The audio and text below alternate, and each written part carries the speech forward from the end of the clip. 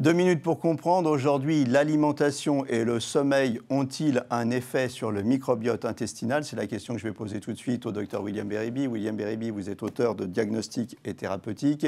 Alors, est-ce que l'alimentation et le sommeil ont un effet? Oui, tout à fait. C'est extrêmement important à comprendre.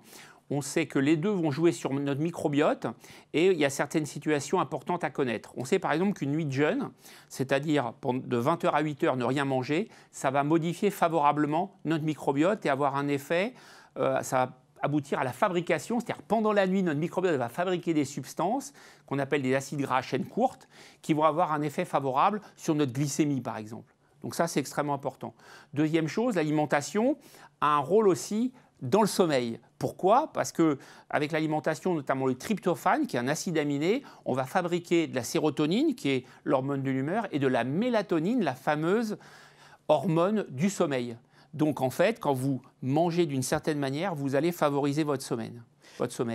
Donc alimentation, sommeil, quel est le bon cocktail en fait pour chouchouter son microbiote? Alors déjà, il faut dire fast-food. C'est mauvais, ça entraîne une modification du microbiote. Si vous prenez un fast-food le soir, par exemple, on sait que le microbiote, dans la nuit, va mal travailler. Et ça va induire différentes choses.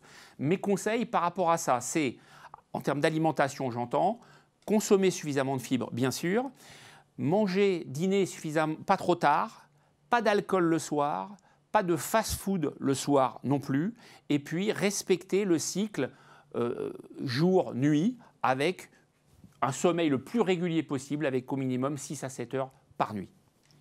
Donc en clair, vivre normalement, quoi. C'est-à-dire pas trop manger et se coucher pas trop tard. Voilà, le soir c'est extrêmement important parce que vraiment l'usine microbiotique va faire ses fonctions dans la nuit et donc il ne faut pas l'empêcher de travailler. Voilà, chouchoutez votre microbiote.